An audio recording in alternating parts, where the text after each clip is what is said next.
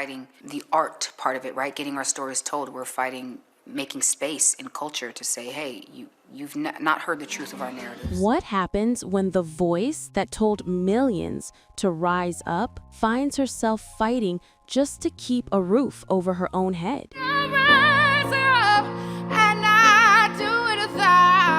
Born December 30, 1984, Cassandra Monique Beatty, better known to the world as Andra Day, transformed from a San Diego kid sleeping on her mother's futon to an Oscar-nominated actress and Grammy-winning singer. I thought it'd be great to be nominated for a Grammy. I thought it'd be great to be a doctor maybe someday. But before we dive into her Golden Globe triumph and that jaw-dropping Billie Holiday transformation that left Hollywood speechless, there ain't nothing I can do. You need to know about the two shocking secrets that nearly destroyed everything she built. There was a point right before all of this started. It was just a moment of questioning. You know what I mean? Am I really forging the right path right now? Is this where I'm supposed to be? First, a manager she trusted allegedly stole over $1.6 million from her, leaving her facing eviction and unable to tour. And second, the same woman who commanded standing ovations at the Academy Awards was once so broke she couldn't pay her credit card bills. December 30, 1984, San Diego, California. Cassandra Monique Beatty entered a world that wouldn't make anything easy for her. Her mother, Denise Beatty, raised her in Southeast San Diego, a neighborhood where dreams felt like luxuries most families couldn't afford. But music wasn't a luxury in the Beatty household. It was oxygen. You'll probably tell the world that I hated you. Andra's parents filled their home with the sounds of Whitney Houston, Aretha Franklin, and Billie Holiday. At 6 years old, Andra sang a Whitney Houston song for her parents. When Cassandra opened her mouth, something happened that made both parents stop whatever they were doing. She wasn't just singing Whitney's words, she was channeling Whitney's soul, hitting notes and runs that 6-year-olds shouldn't be able to hit. My parents discovering that I could sing, I was like 6 years old. I was just singing Whitney, I think. I was singing a Whitney song. And they told me they just remember me singing the song and being like, oh, she kind of sound like, you know what I'm saying? Like she's hitting the notes, she's doing, you know what I mean? Her mother knew immediately that this wasn't just talent, this was a calling. But Andra didn't start as a singer. She started as a dancer, enrolling in classes at age 5. By 11, she'd been accepted into San Diego School of Creative and Performing Arts, the West Coast version of the school from fame. I knew about SCPA. My parents knew about SCPA, School for Creative and Performing Arts. And so it was kind of natural. I went to Valencia Park and it was a feeder school for that performing arts school. I did dance at VP as well too. And so Andra thrived. She danced, sang in the school's nationally ranked women's ensemble, and performed in musical theater productions. But there was one problem. She couldn't read music. While other students sight-read sheet music effortlessly, Andra struggled with every note on the page. What she lacked in technical training, she made up for with an ear that could capture any melody just by listening. In the air, tigress and tweed. Her teachers wrote arrangements specifically for her, letting her learn by ear. At 16, Andra formed a girl group called Intimate with high school friends. They performed at local venues, trying to break into an industry that seemed designed to keep people like them on the outside. intimate. Like we So had y'all our had little a call. harmony. Yeah, we had our thing. Glad now we Yeah. was like, no, yeah, we did that. So we had our little groups. We wrote some things together, but the main one I wrote was that Is It Love was the first one that I wrote. She wrote her first solo song at 16. Is it love, love, love, love that makes you feel this way? She hadn't been in love yet, but she understood it through the artists she studied. Billie Holiday's Pain, Aretha's Power, Whitney's Vulnerability. Okay, it was a song called Is It Love? Which is funny because I had never been in love. I was too young. I didn't even know what it meant. Andra didn't just focus on music. She printed CDs and sold them on the beach in San Diego. She performed street shows wherever crowds gathered. That's why So when people were ask you me street to- performing too? Yeah. Oh, yeah, definitely. And I put on like shows. I did something at, it's actually the Grove in Anaheim. She took on an unofficial manager who helped her book small shows, including opening for Paula Deanda and Baby Bash at the Grove in Anaheim. For every show, Andra handled everything.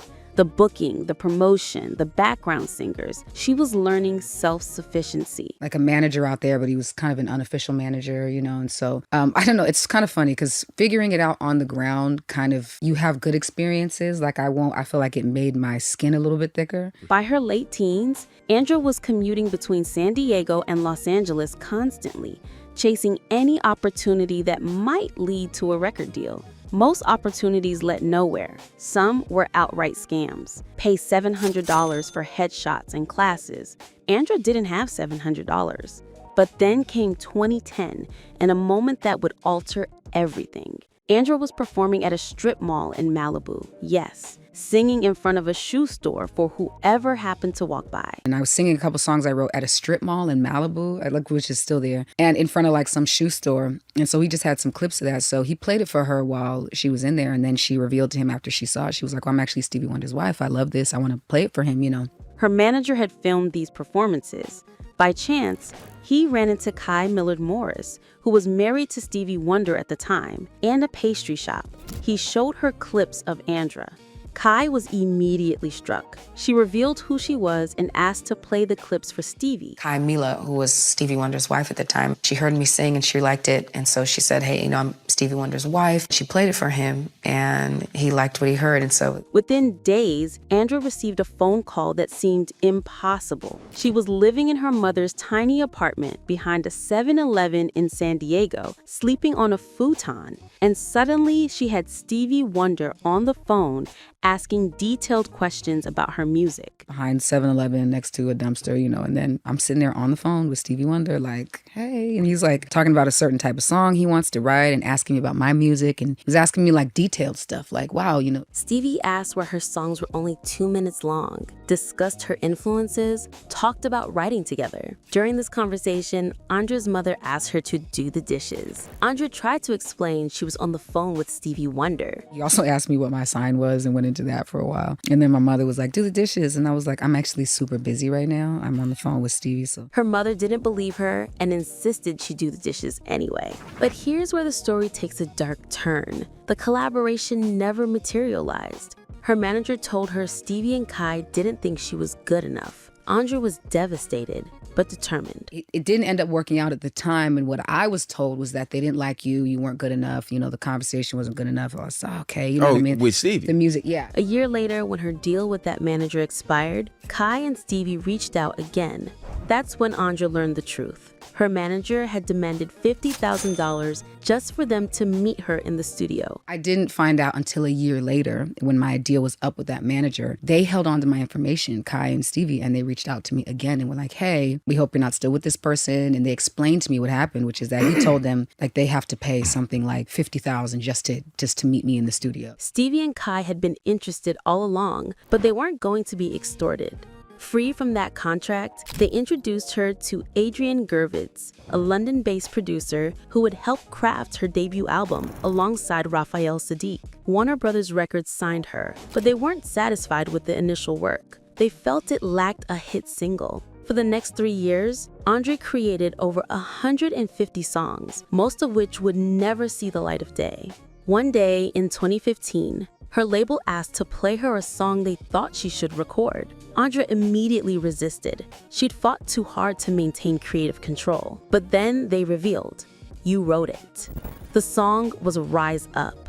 if his home is gone, then that means all the memories of him are gone. A track Andra had co-written with Jennifer DeSalvio and then completely forgotten about. When they played it back, the room went silent. Andra knew immediately this had to be on the album, but the label wasn't done trying to improve it. Rise Up actually is probably one of the most important songs on the album, which is hard to say because they're all my babies, but a lot of prayer went into that song. They brought in Tiesto and other producers, tried adding drums and beats. Every version failed. The song refused to be anything other than what it was, a gospel-influenced anthem that didn't need production tricks. Cheers to the Fall was released in August 2015. The song didn't explode overnight. Radio stations initially didn't know what to do with it. It was too soulful for pop, too powerful for adult contemporary. So cheers to the fall. So they just played it, and the audience responded. The album showcased tracks like Forever Mine, Gold, Only Love, and City Burns. Critics praised it, but Rise Up was the song that changed everything. And I rise like the day. By 2016, Rise Up had been adopted by the Black Lives Matter movement. It became an anthem during protests and marches. Every time a natural disaster struck, streams of Rise Up would spike as people reached for the song that helped them endure. That I did not anticipate. I didn't anticipate it doing what it does for people or like being the anthem for Black Lives Matter. I didn't anticipate it like... Andra had written a prayer that became the soundtrack for Survival. The song earned her Grammy nominations. But it was gratitude, like overwhelming gratitude. I think I didn't like freak out. I just sort of sat there and thought about just the idea of it and the timeline of things and just was grateful, very grateful. But with that success came responsibility she hadn't anticipated. Meet and greets became emotional counseling sessions. Fans would share stories of attempting before hearing her song. One woman asked Andra to be present during her mother's last moments, singing Rise Up as she passed away. And I rise up, I like the way. The success led to touring with Lenny Kravitz and Leon Bridges. The Lenny Kravitz tour taught Andra reality. The first night in Toronto, she walked into a massive hotel suite with a wine cellar and pool table. She thought touring was amazing. The next day, she checked into a tiny room with the Roach. I was like, yo, tour is lit. Like, I don't know what Michael Jackson was talking about. This shit is fire. Like, this is amazing. You know, I love touring, blah, blah, blah. Next tour date, I was like, it was me and a Roach in my tiny little hotel room. I was like, this is some bullshit. I was like, no. Between 2015 and 2017, Andra built a reputation as a powerhouse live performer. She invested in property, 2 small homes in Pittsburgh. She donated to charities, supported her family, and tried to be financially responsible. But in 2017, something shifted. Lee Daniels was developing a film about Billie Holiday, focused on her fight against the U.S. government's targeting her because of Strange Fruit. My song, Strange Fruit, it reminds them that they're killing us. Daniels was looking for someone to play Holiday, and multiple people suggested Andra Day. You don't often meet people who believe in you sometimes even more than you believe in yourself. And that's how Lee has been in my life. So at this point, it went from like, hey, I don't know how to just like, I trust him and when it comes to anything, so. Andra's response? Absolutely not. She had 0 acting experience beyond high school musical theater. The idea of portraying one of her greatest heroes in her first film role felt like a recipe for disaster. No, I definitely have to get out of this somehow. I have to not do this. So there's probably no better way to say this. I didn't want to suck. But Lee Daniels was persistent. He connected her with acting coach Tasha Smith. Those sessions revealed something neither expected. She could act. She could disappear into a character. Lee offered Andra the role, but she still resisted. She prayed about it, asking God to make it clear this wasn't meant for her. Instead, she opened her Bible to a passage about Peter walking on water, about acts of faith requiring stepping into impossibility. Here is a fruit for the crows to blind. Andra committed fully, employing method acting techniques that would change her permanently. She started smoking cigarettes to damage her voice slightly, giving it the raspy quality Billie had. She drank alcohol regularly. She spent nearly 4 years inhabiting Billie Holiday's mindset. I can't remember. We didn't start filming till the end of 2019. So I was kind of in her headspace, changing for a long time. I started smoking cigarettes. I started drinking alcohol, started cussing more, which I didn't do. It still hasn't gone away. The United States versus Billie Holiday premiered in February 2021 on Hulu. Critics and audiences were stunned. So Negroes can't, but a bunch of goddamn bulldaggers can't. So you have to take the service elevator. The performance earned her a Golden Globe for Best Actress in a Motion Picture Drama. making her only the second actress ever nominated for an Oscar for portraying Billie Holiday after Diana Ross. And the Golden Globe goes to Andra Day. So I think the nominations came in at like 6 in the morning or 5 or something like that. Either way, I went to sleep like 15, 20 minutes before they were announced. Wow. At the 2021 Academy Awards, Andra Day's quote about Prince, "That's some bullshit," was bleeped out during the broadcast, creating minor controversy, but humanizing her. Following the Billie Holiday film, Andra Day reunited with Lee Daniels for The Deliverance in 2022, a supernatural thriller also starring Glenn Close and Monique. So Shantae, I was thinking, since you and your father are so close, maybe we could wait until he gets back to do your birthday party? In 2024, she appeared in Exhibiting Forgiveness. It's just gonna follow us home if you don't deal with it here. A powerful drama directed by artist Titus Keffer in his directorial debut. For me, it helped me to understand that while I forgive, and for me personally, it's a part of my faith to forgive, that forgiveness is a hard-fought battle, and it's okay to struggle with forgiveness. You know what I mean? I think For this project, Andra not only acted, but also co-wrote the hauntingly beautiful song, Bricks, with Jarrett Goslin. Brick by brick, that's how we move. In 2025, after 9 years since her debut album, she released Cassandra, a deeply personal project named after her birth name.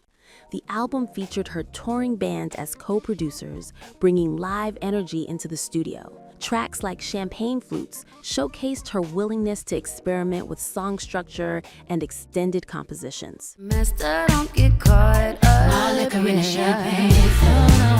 But even as Cassandra demonstrated Andra's artistic evolution, a financial nightmare was unfolding. In October 2025, her former manager Jeff Evans filed a lawsuit against her for breach of contract, claiming she owed him at least $850,000 in unpaid commissions. According to Evans, he fronted expenses between 2012 and 2017, operating at a loss while believing she'd eventually pay him back. 40% of her publishing royalties and 20% commission on other deals. One day after Evans filed his lawsuit, Andra fired back with a countersuit, revealing a much darker story.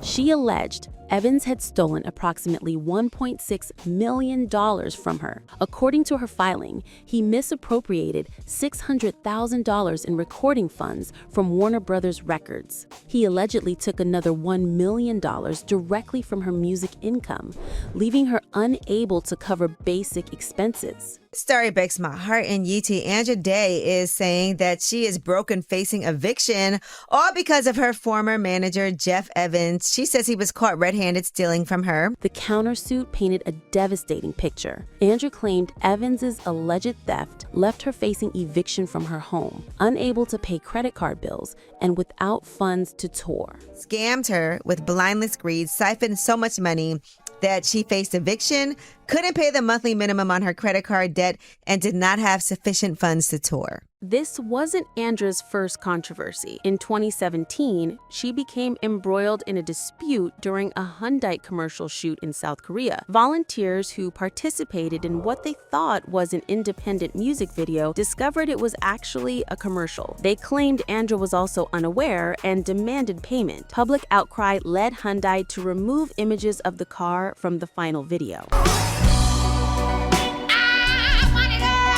The Evans lawsuit revealed uncomfortable truths about the music industry's financial structures. Andra's situation, potentially losing her home despite a Golden Globe win and Oscar nomination, exposed how financial exploitation can continue even after public success. As of 2025, Andra Day's estimated net worth sits around $4 million, significantly less than many would expect for someone of her stature.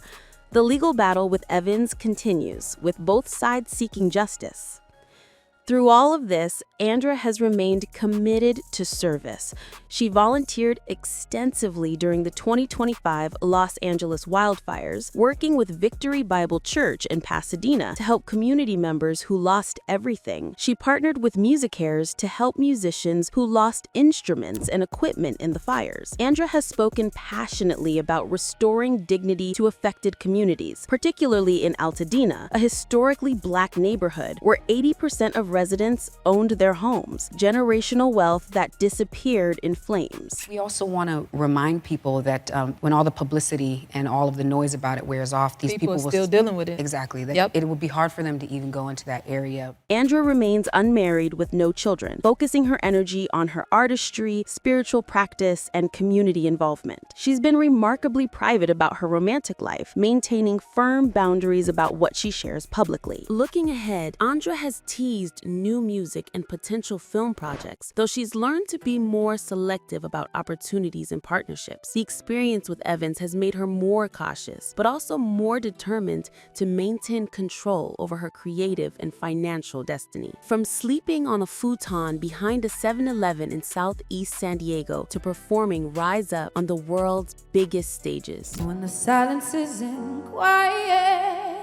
From street performances at Malibu strip malls to accepting a Golden Globe, from financial devastation and potential eviction to continuing to create art that moves millions. From a girl who couldn't read music to an artist who taught herself to trust her ear above all else. Andra Day's story isn't a fairy tale about talent being rewarded. It's a testament to relentless work, spiritual grounding, painful betrayals, and the refusal to let circumstance define destiny. And that lawsuit with Jeff Evans, that's still ongoing as of 2025. The outcome will determine whether Andra recovers what she claims was taken from her, or whether she has to absorb yet another devastating loss. Either way, she's already proven she knows how to survive what should have broken her. She learned that from the woman she portrayed. Billie Holiday fought the United States government and sang truth, even when it cost her everything. Andra Day is fighting her own battles now, and if her career has taught us anything, it's this: she's still rising.